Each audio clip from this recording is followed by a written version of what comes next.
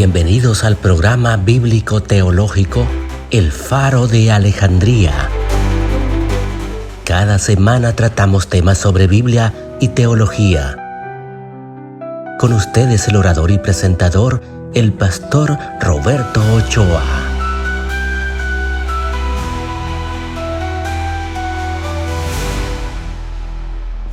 Qué bendición reencontrarnos una vez más en su programa El Faro de Alejandría. Mis amados, en este su programa ahora vamos a estar hablando cuando se dio el edicto de Milán. Allá por el año 313, nosotros por mano de Constantino y Licinio vimos que el cristianismo obtuvo una permisividad de culto. La iglesia dejó de ser perseguida. La iglesia dejó de ser maltratada por predicar la palabra del Señor. Entonces, aquella decisión de Constantino a la iglesia la estaba convirtiendo en una de las religiones que era permitida de ese año 313 cuando se dio el edicto de Milán. La iglesia pudo respirar un poco más, pudo predicar en las calles libremente, ya no estaba escondida, ya no era perseguida por predicar la palabra del Señor. Entonces, eso fue lo que estuvimos viendo en el programa anterior. Hoy quiero que avancemos en la historia, porque después de la tolerancia, pudiéramos decirlo, vino algo inevitable, vino la tensión. La historia demuestra que cuando cesa la persecución externa, emergen con mayor claridad conflictos internos dentro. Mis amados, y eso fue exactamente lo que ocurrió entre el año 313 y el año 381. Estos datos son de suma importancia. Este periodo no fue un periodo simplemente un tiempo de calma o de expansión. Fue un tiempo donde la iglesia se redefinió. La iglesia se profundiza tanto como iglesia en la propagación del evangelio y también en el imperio. Mis amados, una aclaración histórica y muy necesaria que yo quisiera hacer en esta oportunidad, antes de que nosotros avancemos en este relato, el imperio en ese momento empieza a dar permisión de culto. Empieza a que la iglesia predique dentro del imperio romano. Mis amados, la iglesia tuvo un avance extraordinario. El cristianismo o el judeocristianismo predicaba fuertemente y la iglesia creció constantemente. Recordemos que la iglesia surge de las líneas judías, de los practicantes de la ley. Los apóstoles eran judíos. Mis amados, la iglesia primitiva, en su origen, este movimiento era 100% judío que predicaban el mesianismo o al Mesías que es Cristo Jesús. Mis amados, en tiempos de Jesús, ya lo mencionamos que existían muchos grupos religiosos, muchos grupos, por ejemplo, los fariseos, los saduceos, los esenios, los zelotes. Pero hay algo importante que quiero mencionar en este programa. Después de la destrucción del templo, estos grupos desaparecen y queda únicamente los fariseos. Los que estaban sirviendo al templo, que eran los saduceos, desaparecen casi en su totalidad. Ya no se ven más en servicio. Recordemos que ya no había templo, ya no habían más sacrificios. Y a partir del año 70 después de Cristo, el pueblo judío no ha celebrado más sacrificios porque no hay templo.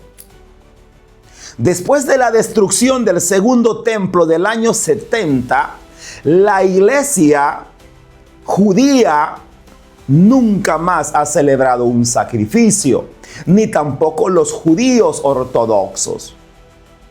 Mis amados, muchos judíos en ese momento conocieron a Jesús. Y es ahí donde nació la iglesia primitiva. El cristianismo no era percibido por sí mismo como una religión oficial al principio, sino que era percibido como una secta. Entonces, pero en el año 313, en este caso, por Constantino, en el edicto de Milán, la iglesia se le permite predicar libremente en el imperio. Hay una gran diferencia. En el 313 la iglesia se le permite predicar. Pero ahora estamos llegando al 381. Del 313 al 381 hubo una relativa permisividad del culto. Aunque en ese periodo del 313 al 381 hubieron emperadores que muchas veces oprimieron a la iglesia. Pero específicamente en el año 381, el poder da un giro inesperado. Pero para que nosotros comprendamos el cambio que surge del 313 hacia el año 381, debemos regresar brevemente a un evento decisivo en la vida de Constantino. Ya lo mencionamos, pero lo repito: la batalla de Constantino en el puente Milvio. Eso sucedió allá en el año 312. Dice que Constantino estaba enfrentando a un enemigo extranjero. Estaba luchando contra Magencio, su rival directo por el control del imperio en el occidente. Recordemos que esta era una lucha de poder entre los imperios romanos. Entonces era una guerra civil, era una disputa de poder. Y en medio de aquella tensión militar surge uno de los relatos más fascinantes de la historia imperial. Según las fuentes antiguas, Constantino dice que tuvo una visión. Dice que observó en el cielo, oiga bien, un signo asociado con el símbolo del cristianismo. Y estaba acompañado de una frase que a lo largo de los siglos ha resonado, y decía aquella frase: con este signo vencerás. Entonces, eso no fue simplemente una expectativa espiritual privada de Constantino. Fue un acontecimiento que impactó, oiga bien, las decisiones imperiales. Tras Constantino, al derrotar a Magencio, la postura de Constantino hacia el cristianismo cambió radicalmente. Entonces el cristianismo en ese momento dejó de ser una fe que únicamente era permisiva, sino que en ese momento la iglesia toma un giro diferente. Sí, antes no era permisiva, ahora sí entra la permisión del culto. Mis amados, la historia recuerda algo profundamente humano, que Dios puede irrumpir aún en los escenarios de conflicto, en los escenarios de ambición y lucha de poder. La gracia de Dios no siempre aparece en templos. A veces aparece en momentos de crisis, en momentos de decisiones, en el límite, en giros inesperados. Ahí aparece la gracia del Señor. Mis amados, en ese momento había un imperio que buscaba estabilidad. Tras la muerte de Constantino, dice que Constantino, tras la muerte de él, el imperio romano no entró en una calma absoluta. El poder pasó a sus sucesores, especialmente a Constancio, conocido como Constancio II, y en este caso, y con este poder, emergieron nuevas tensiones políticas, nuevas tensiones militares, nuevas tensiones religiosas. Roma siguió siendo poderosa, pero Roma seguía siendo frágil.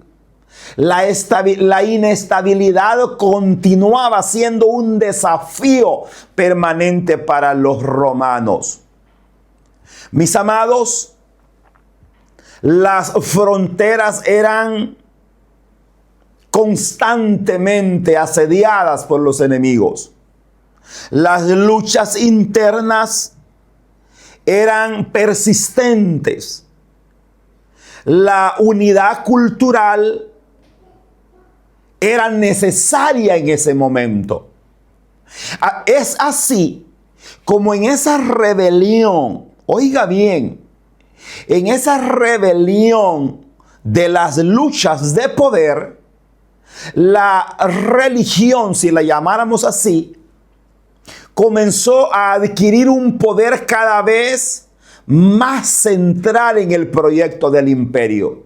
El imperio empezó a darle permisión a los cultos.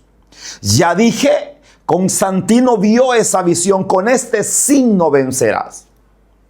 Entonces, mis amados, es como la iglesia empieza a avanzar.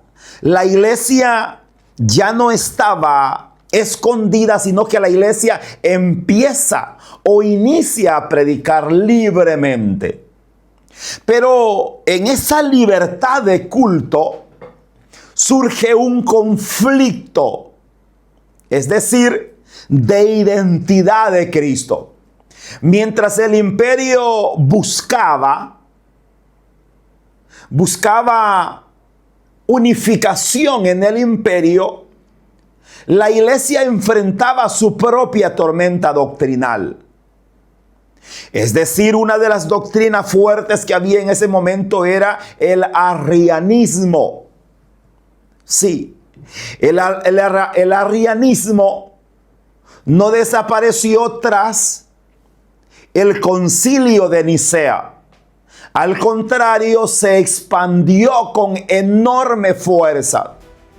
Muchos líderes cristianos adoptaron posiciones que Cristo no era un Cristo o un Dios permanente, sino que Dios Padre lo había mandado a cumplir una misión, pero terminó la función y se terminó Cristo y sigue siendo Dios. Esa era una de las doctrinas más tremendas del arrianismo.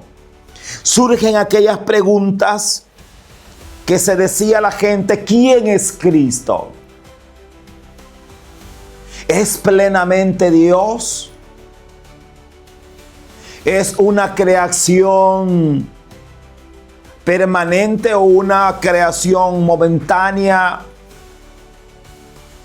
¿Es eterno o es un Dios derivado del Dios principal? Esas preguntas surgen en la sociedad de ese momento. Entonces la pregunta formulada en ese siglo primero seguía, o en este siglo tercero, perdón, seguía viva hasta este siglo cuarto. En el siglo primero también se hacían esas preguntas, como lo vimos en los programas anteriores. La gente se preguntaba: ¿y este Cristo qué tan Dios es? Sí.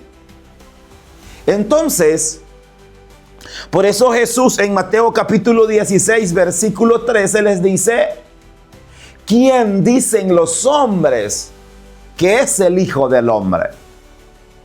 Entonces, cuando Jesús hace esa pregunta, era porque había una duda fuerte en la población de ese momento. Toda generación terminó enfrentando esa misma pregunta. No bastaba con mencionar a Jesús. La cuestión inevitable siempre era: ¿quién es realmente Cristo? ¿Quién es ese Cristo en realidad que está moldeando nuestra identidad? Entonces, mis amados, y es una pregunta que nosotros nos hacemos también hoy en día: ¿quién es realmente Cristo? Hay mucha gente que se está haciendo esa pregunta: ¿quién es verdaderamente Cristo? Porque no lo conocen. No se les ha sido revelado a la palabra en sus vidas. Entonces, mis amados, el poder político empezaba a razonar la fe. El trono de los romanos estaba fuerte, pero la iglesia estaba sufriendo un conflicto interno. Por eso la iglesia aparentemente hoy no tiene persecuciones. Pero como iglesia estamos enfrentando duras pruebas donde hay muchas, por ejemplo, muchas versiones de las Biblias. Por ejemplo, en este caso yo me hago acompañar de una preciosa Biblia que es denominada con su nombre la Biblia cronológica. Una preciosa Biblia. Entonces, así como surgen nuevas traducciones, nuevas versiones, surgen también nuevas formas de creer. Entonces la historia enseña una lección permanente. No toda amenaza, mis amados, viene en forma de oposición. Algunas llegan en forma de influencia. Algunas pruebas aparecen bajo apariencia de favor. Entonces, en ese momento, el imperio necesita una definición. A medida que avanzaba el imperio y el cristianismo en el siglo IV después de Cristo, la tolerancia religiosa comenzaba a resultar insuficiente para la estabilidad imperial. El imperio necesitaba algo más sólido. El imperio necesitaba algo más uniforme, algo más definitivo. Ya no bastaba con permitir al cristianismo o la permisividad del culto. Era necesario, oiga bien, definir ¿Qué forma de cristianismo sostendría la unidad ideológica del Estado? Entonces algo debía de resolverse. Algo debía de consolidarse. Algo en ese momento debía de definirse. Aquí es donde la historia comienza a moverse con fuerza decisiva hacia el año 381. Mis amados, no nos perdamos en el camino.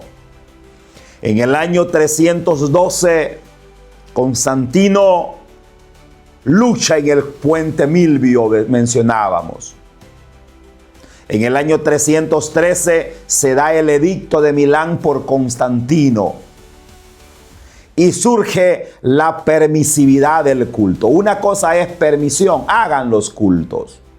Pero lo que surge en el año 381 es algo muy diferente. El imperio, sí, lleno de tensiones, de debates en ese momento, la persecución ya había cesado del cristianismo. Entonces, la pregunta seguía abierta dentro del corazón del imperio.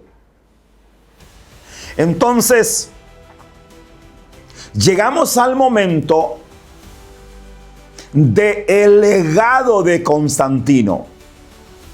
Cuando Constantino muere, allá en el año 337, para comprender verdaderamente la magnitud del año 381, debemos nosotros, oiga bien, comenzar con un hecho histórico que muchas veces se pasa por desapercibido, pero que es absolutamente crucial para que usted y yo podamos comprender todo el proceso. Constantino, el emperador que legalizó el cristianismo allá en el año 313, no fue quien vio la culminación del cambio que él mismo había iniciado. La historia no se cerró con Constantino. De hecho, tras la muerte del emperador, Constantino entró en una etapa todavía más compleja. Constantino muere en el año 337 después de Cristo.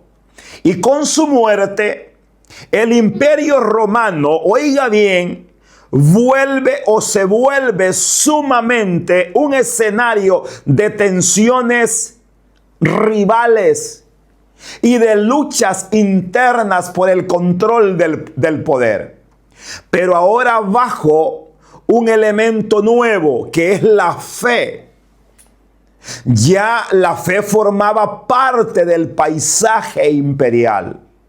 Mis amados, el hombre que abrió la puerta fue Constantino, pero no fue él quien definió el resultado final. La muerte de Constantino y la fragilidad de su legado, llegamos a un momento decisivo, que tras la muerte de Constantino, el poder imperial pasó. Hermanos, pudiera mencionarlo de la siguiente manera. Tras la muerte de Constantino, el poder imperial no pasó a un solo sucesor sólido y estable. El imperio fue compartido entre sus hijos, especialmente en Constancio II, sí. Y de manera más decisiva, Constancio II, separó el trabajo, la estabilidad, y produjo estas decisiones internas, luchas entre las rivalidades políticas. Roma seguía siendo poderosa. pero seguía siendo profundamente inestable. Entonces Roma estaba en una lucha de poder, la iglesia estaba en una lucha de poder.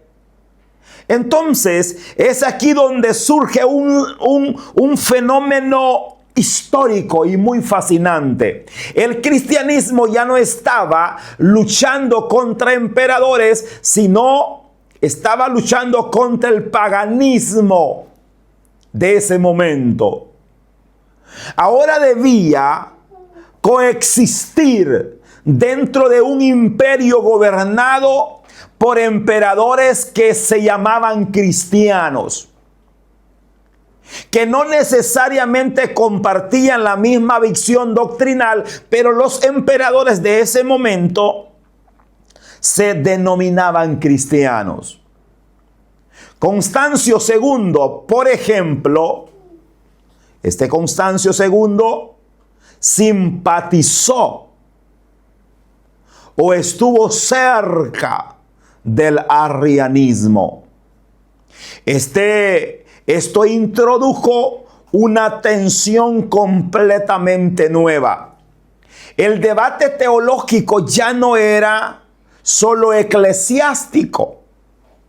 Ahora el cristianismo atravesaba ya otra situación más difícil, como lo es la corriente del arrianismo, que ya lo mencioné, que el arrianismo no veían a Jesús como Dios, sino como a un enviado, un personaje divino que vino a cumplir una misión, pero no es Dios el Padre. Mis amados, la iglesia debía de negar esa doctrina. Debía de predicar en contra de esa doctrina. Mis amados, la historia enseñaba una lección profundamente poderosa, que Cristo era Dios, que Cristo había ascendido y que Cristo regresaría por la iglesia. Mis amados, esa debe de ser una de las doctrinas principales de nosotros. El regreso inminente de nuestro Señor Jesucristo. Ahora nosotros nos encontramos en este 381, entre el 337 y 381, con un imperio cristianizado, pero doctrinalmente estaba fracturado. Este siglo IV presenta una de las paradojas más extraordinarias de la historia cristiana. El cristianismo crecía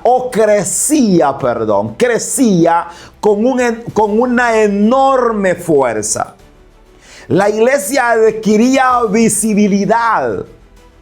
Las estructuras eclesiásticas se fortalecían, pero al mismo tiempo las divisiones doctrinales no desaparecían, sino que seguían fortaleciéndose. Recordemos que uno de los reglas o del comunicado que se giró en el edicto de Milán era que las propiedades le fueran devueltas a la iglesia. Aquellas propiedades que habían sido confiscadas eran regresadas a la iglesia. Mis amados, hubieron momentos de la iglesia gloriosos. Momentos donde la iglesia adoraba a Dios con plenitud, pero en esa adoración de aparente paz había gente que estaba distorsionando los principios bíblicos. Entonces, el imperio observa esta situación con una preocupación fuerte.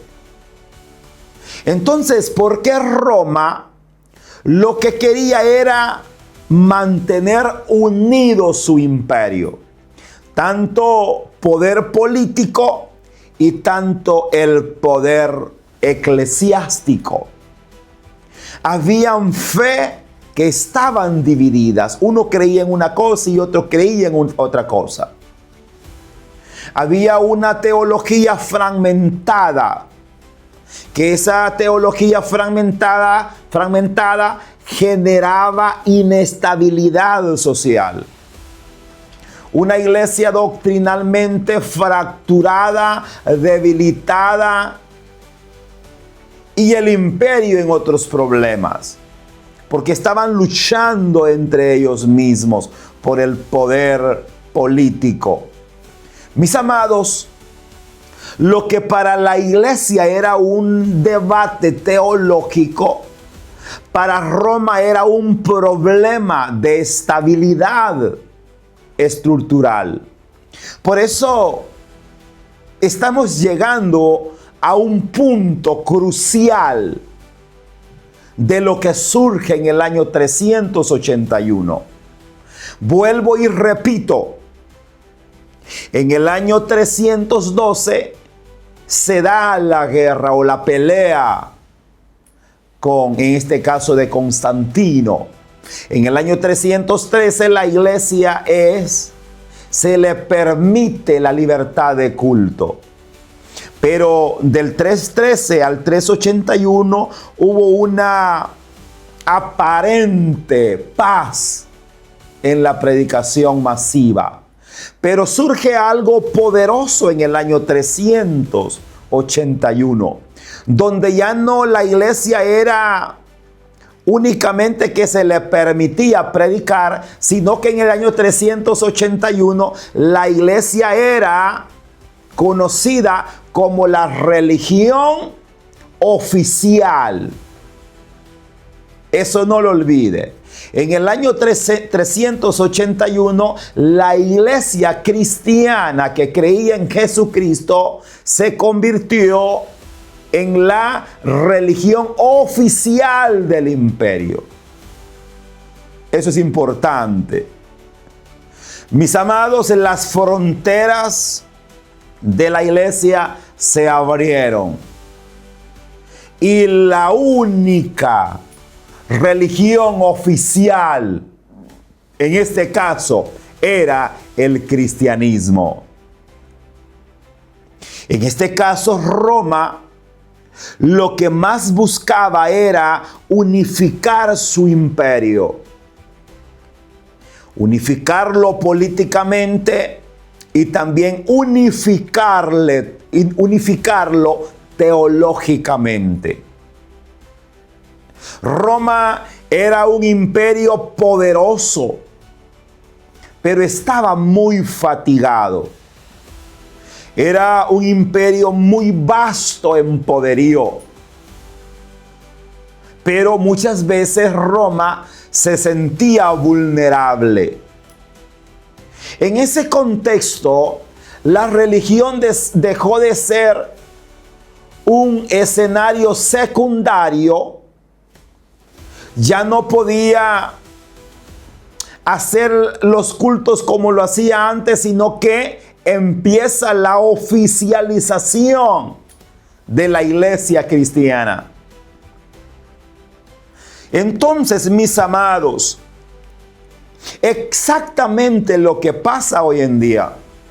Si usted ve el poder religioso romano y muchos detractores, muchos herejes, muchas personas han vuelto atrás y se han unido a esta agenda global mundial, unificar la iglesia.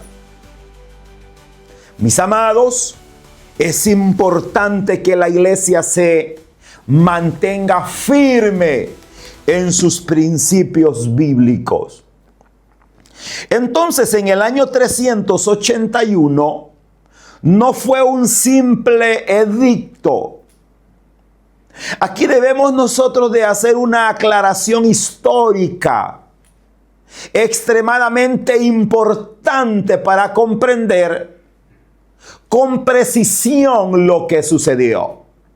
Entonces, en el año 381, no fue simplemente un edicto, mis amados. No fue simplemente un edicto como el que sucedió en Milán. No fue un decreto aislado que introdujo una novedad repentina. No. En el año 381 fue la consolidación de un proceso, mis amados, de un proceso que llevaba décadas en venirse consolidando. En el 381 marcó una definición estructural. Fue un momento en que el imperio dejó de convivir con múltiples de religiones doctrinales y inicia únicamente con la religión oficial, que era el cristianismo. Mis amados, el cristianismo iba avanzando a pasos agigantados. Roma ya no simplemente protegía al cristianismo. Roma comenzaba a reorganizar su identidad alrededor del cristianismo normativo. El cristianismo dejó de ser permisivo y pasó a ser parte normativo del imperio. Pasó de ser una religión más y pasó a ser la iglesia cristiana principal del imperio en ese momento. Mis amados, este giro era prácticamente inevitable. El imperio había aprendido algo tras décadas de tensión doctrinal y social. Y decía el imperio: una fe dividida no puede sostener a un Estado que buscaba unidad. Una iglesia fragmentada debilita el imperio. La incertidumbre religiosa y política estaba fuerte en ese momento. Entonces Roma necesitaba cerrar esa puerta. Necesitaba unificar el poder político y necesitaba unificar el poder religioso. Es ahí, en el 381, que la iglesia se convierte en la religión oficial del imperio. Mis amados, y aquí es donde la fe nicena del concilio de Nicea que vimos en el 325, pasa la iglesia a ser la religión oficial del pueblo.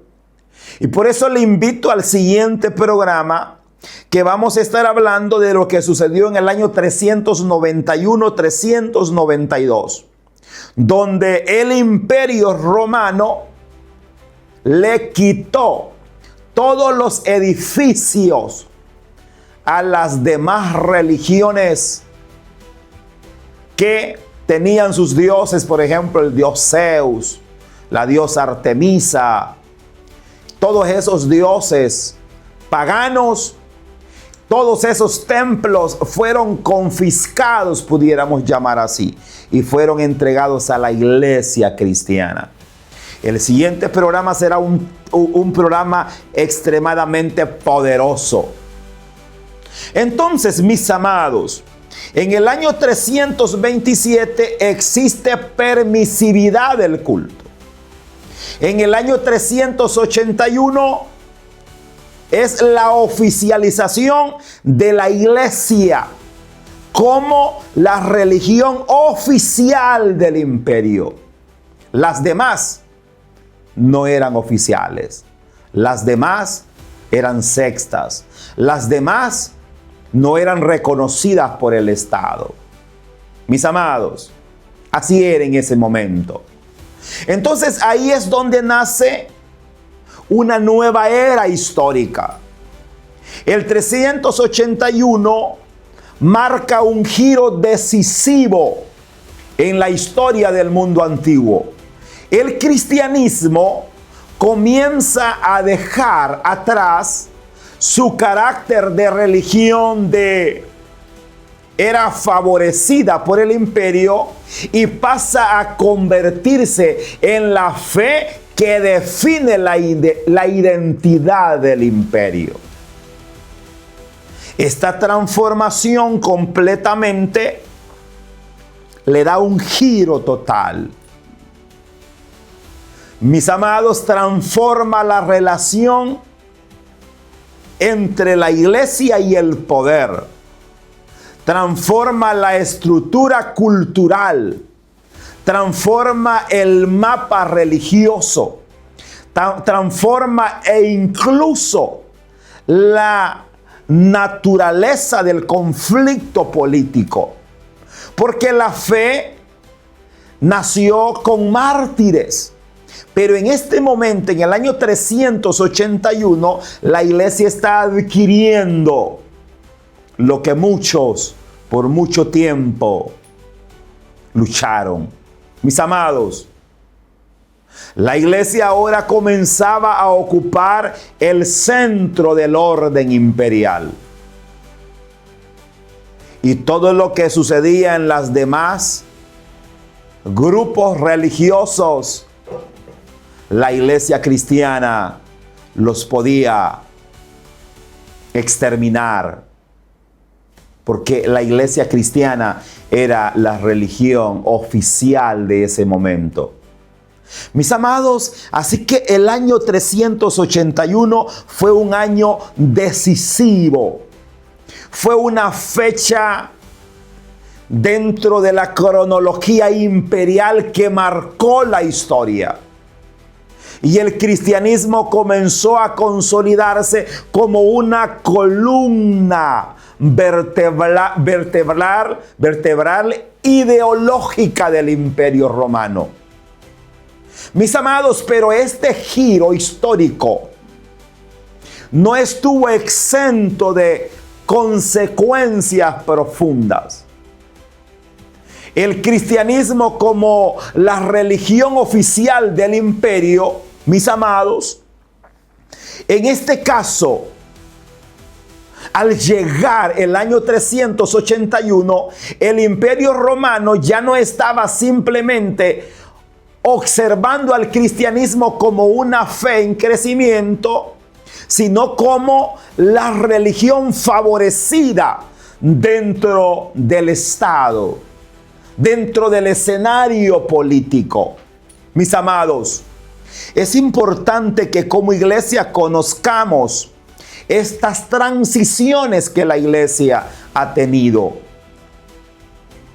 Ya pasamos que la era apostólica era una era perseguida.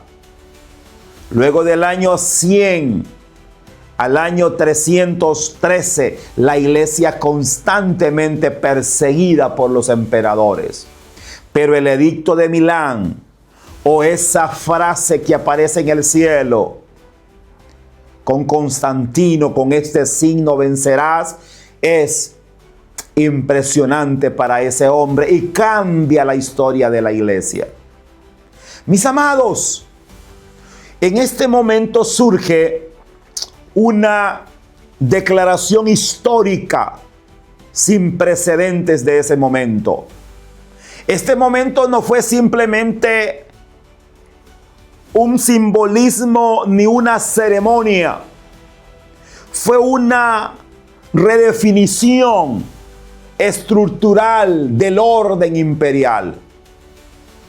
Entonces el cristianismo en ese momento deja de ocupar un lugar dentro del imperio y pasa a convertirse en el marco religioso que define la identidad del propio imperio.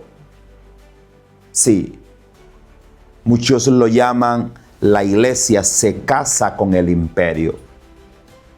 Mis amados, por primera vez en la historia romana, la iglesia cristiana adquiere un carácter normativo y oficial dentro del imperio.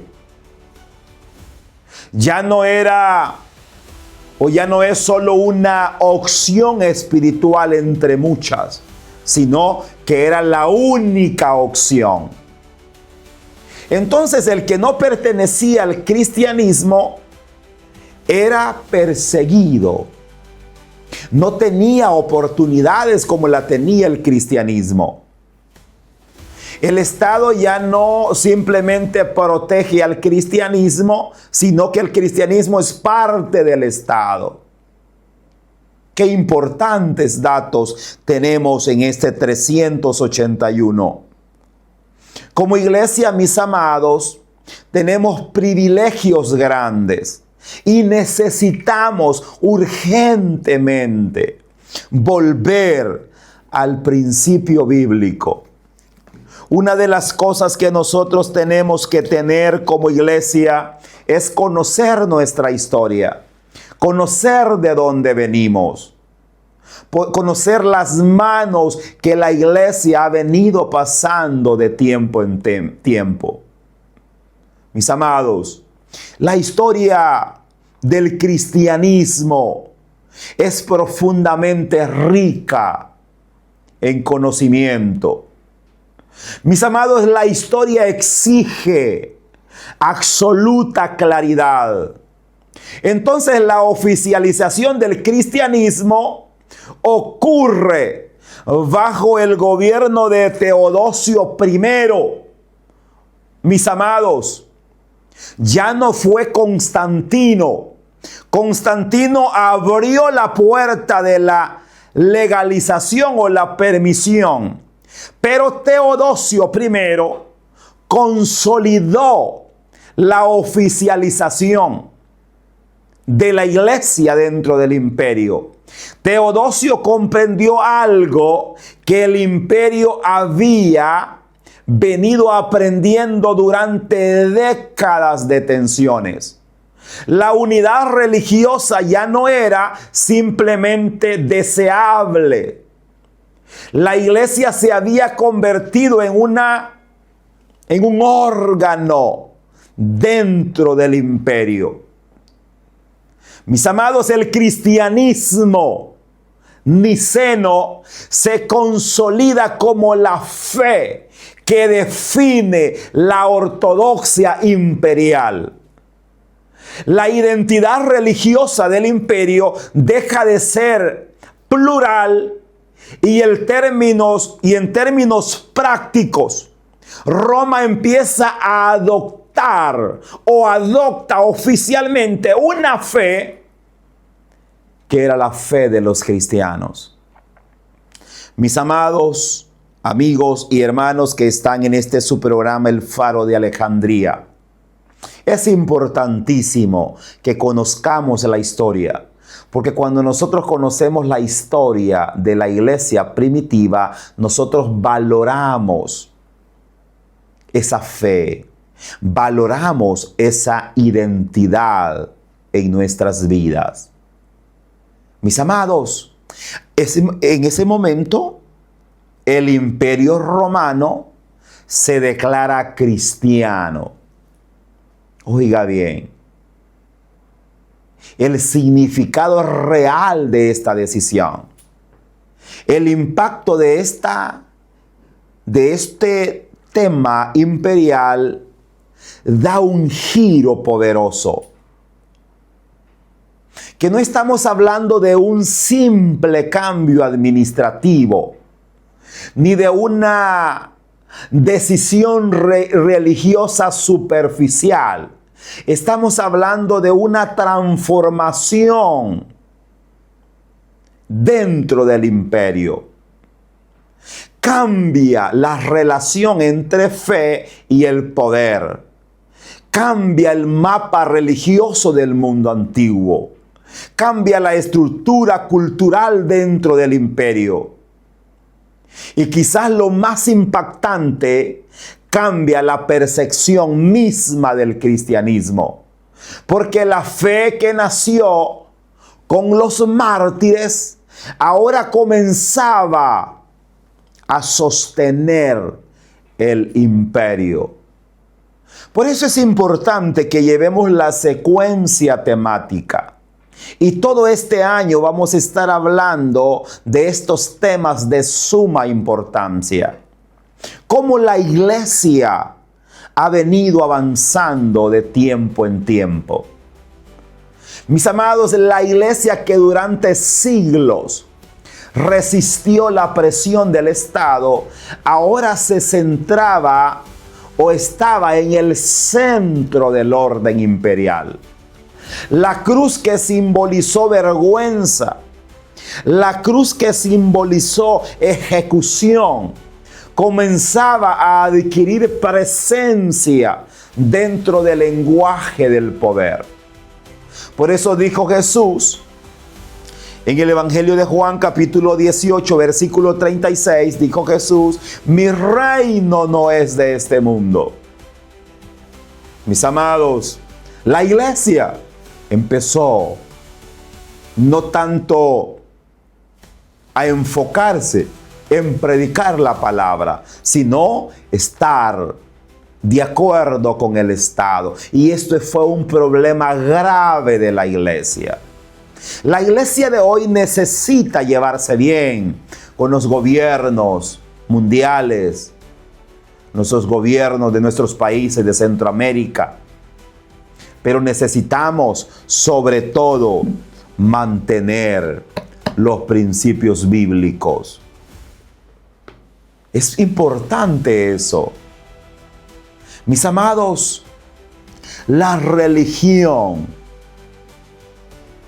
de ahora en día se basa en sistemas, se basa en ideologías de hombres o se basa en filosofías humanas. Mas la palabra del Señor es ahora, mañana y siempre. La iglesia permanece intacta. Los gobiernos pueden cambiar. Las historias pueden cambiar. Los proyectos pueden cambiar. Mis amados, pero la iglesia tiene su principio bíblico en la palabra del Señor. Mis amados, es fascinante toda la historia del cristianismo. El imperio principalmente antes persiguió a los cristianos. Ahora protegía a los cristianos. El imperio que intentó extinguir la fe, ahora la oficializa. La cruz, que fue símbolo de castigo, comenzaba a convertirse en símbolo imperial. Mis amados, Roma no extinguió el cristianismo. No. El cristianismo transformó a Roma. Ese es el tema de nosotros. Que nosotros no nos vamos a convertir a ellos, sino ellos a la fe que nosotros predicamos. Mis amados, lo que comenzó en el margen o la discriminación, terminó ocupando el centro del orden de la civilización nacional. Cierro diciendo lo siguiente. En el año 381, mis amados, no fue simplemente una fecha dentro del calendario. No fue simplemente una fecha dentro del calendario. Fue el momento en que el cristianismo dejó de ser una presencia dentro del imperio y se convirtió en la columna vertebral del imperio. Mis amados, este hombre Teodosio I oficializó el cristianismo dentro del imperio.